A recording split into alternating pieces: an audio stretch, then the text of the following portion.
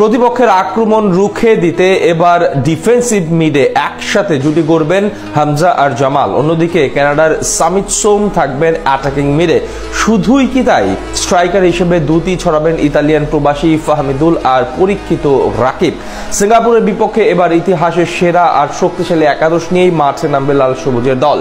Asian কাপে বাছে নিজেদের দ্বিতীয় ম্যাচে কেমন হতে যাচ্ছে বাংলাদেশের একাদশ, এ নিয়ে বিস্তারিত রিপোর্টে। ফুটবল প্রিয় বাঙালিরা খুব শীঘ্রই দেখতে যাচ্ছেন বাংলাদেশের ফুটবল ইতিহাসের সেরা এক একাদশ। যে একাদশ শুধু বাংলাদেশি নয় বরং দক্ষিণ এশিয়ার ফুটবল বিবেচনায়ও হতে যাচ্ছে ইতিহাস সেরা। দীর্ঘ অপেক্ষার পর এবার বাংলাদেশের হয়ে খেলার সবুজ সংকেত দিয়েছেন কানাডার জাতীয় দলের হয়ে খেলা সামিত সোম। হামজা জামালের সাথে সাথে সামিত ফাহমিদুলদের নিয়ে সিঙ্গাপুরের বিপক্ষে ইতিহাসের সেরা একাদশী দেখতে যাচ্ছে বাংলার ফুটবল সমর্থকরা।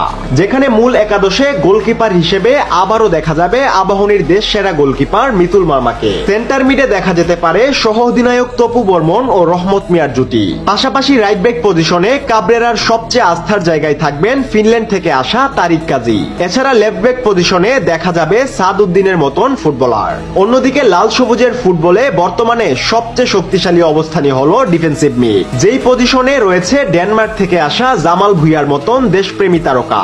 আর শেফিল্ডের হয়ে খেলা বাংলার রত্ন হামজা চৌধুরী। শুধু তাই নয়, সিঙ্গাপুরের বিপক্ষে অ্যাটাকিং মিডে থাকবেন বাংলাদেশ ফুটবলের নতুন সংযোজন কানাডার তুখোড় ফুটবলার সামিত সোম। কানাডা থেকে শীঘ্রই তার দেশে আসার প্রক্রিয়াতেই এগুচ্ছে বাংলাদেশের ফুটবল ফেডারেশন। সামিতের সাথে অ্যাটাকিং মিডে জুটি গড়বেন গেল বছরই কানাডা থেকে আসা কাজেম শাহ। অন্যদিকে সবকিছু স্বাভাবিক থাকলে বাংলাদেশের আক্রমণ ভাগে চমক দেখাতে পারেন ইতালিয়ান প্রবাসী ফাহমিদুলের সাথে আরেকজন স্ট্রাইকার হিসেবে কোচ হাভিয়ের কাবরেরার পছন্দের জায়গাতেই থাকবেন জাতীয় দলের পরীক্ষিত ফরওয়ার্ড রাকিব হোসেন।